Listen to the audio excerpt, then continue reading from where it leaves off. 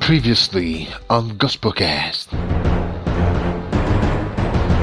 Okay, you got to understand that imagination rules this physical world. Imagination rules this physical world, and we are products of imagination.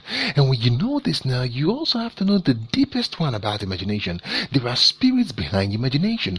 Don't just think that thoughts do fly through your mind and just go. No. The Satan is after your mind. He wants to throw a whole lot of stuff to your mind so that you can just believe the fear. You can accept it. You can just sink it in. You can stick into your heart, and then you moving in a direction that you're not supposed to move. And likewise, the Spirit of God keeps speaking. God keeps speaking, keeps showing, revealing, and showing things to us, because there is also the aspect of the Spirit of God doing work through our imagination for us to accept it and let it sink down into our heart and achieve what God wants for us. GOSPOCAST continues right after this. Okay, I'm so excited to welcome to a brand new GOSPOCAST for today. My name is Star, and I'll be your host for today. What are we talking about today? We are still talking about the image, Jacob's Ringstreaked Image. Jacob Ringstreaked Image, and it's an interesting one. And we're going straight out the Bible to the book of Genesis chapter 30. From verse 35, and this is about Jacob and his father-in-law Laban and how they went through stuff. I'm not going to read the whole story. You could just read Genesis chapter 30 from verse 35 to 43, which is the last verse of that chapter. But now we know what happened, and Jacob took fresh rods of polar and almond and palm trees and peeled the white streak in them, exposing the white and the rods and making it, mixed color, so that the sheep, that will give birth, will give birth to speckled and spotted offsprings.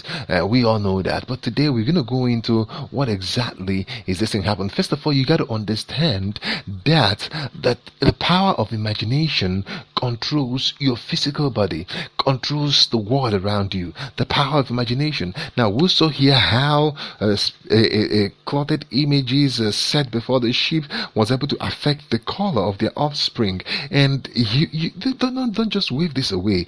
Imaginations can affect your physical operation, the things you do in the physical, so much that you know, and you have to understand that. The story in the book of Genesis chapter 30 shows us this practically, and it shows it also in mammals, because scientists will have to carry out tests first of all in mammals, and then progress it to human beings. So it's a clear thing that the power of imagination can affect your physical. So let's look at this now. First of all, you got to understand this. Imagination controls what you conceive in your heart and can show in your physical body. Imagination now guide your heart. Well, Bible is saying guide your heart. When the devil keeps throwing things in your mind, and fear and fearful messages and news and bad news, and the imagination is sticking in your mind, it goes down, sinks deep into your heart. And when it sinks deep into your heart, it controls your physical, your behavior, your speech, your response to things. So you got to understand that from this place. Now look at the next thing. See, imaginary objects are set waiting for your attention.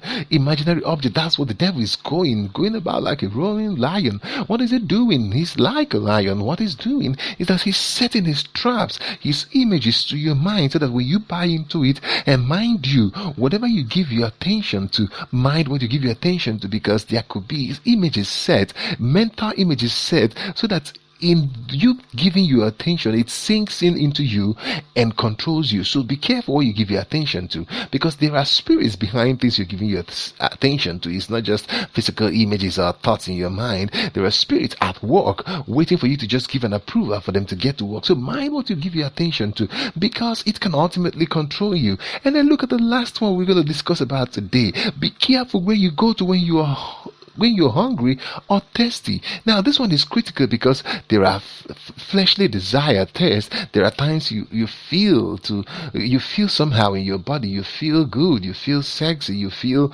all kinds of feeling. You feel sad, you feel angry, you feel. Mind where you go, mind the things you do when you have a strong feeling of any kind of emotion, because this is the most critical time that imagination can stick in and sink deep down into your heart and can ultimately take over your action or thing that springs forth from you. And that's the lesson we're learning today from Jacob's Ringstreaked Image that he applied in book of Genesis chapter 30, and then we saw how he affected the physical. So be careful, because there is an impact that things you keep imagining, keep watching, keep seeing begins to show up in your body. Like you can see your friend, keep seeing your friend say something automatically, you start saying it, and you wonder how. You keep watching a movie, before you know, you just act a bit like that. So this thing has power, and the devil is using it every now and then, setting us up, setting images, things around our mind, so that we accept it. We just say, this is the way it is, this is the way the nation is, this is that,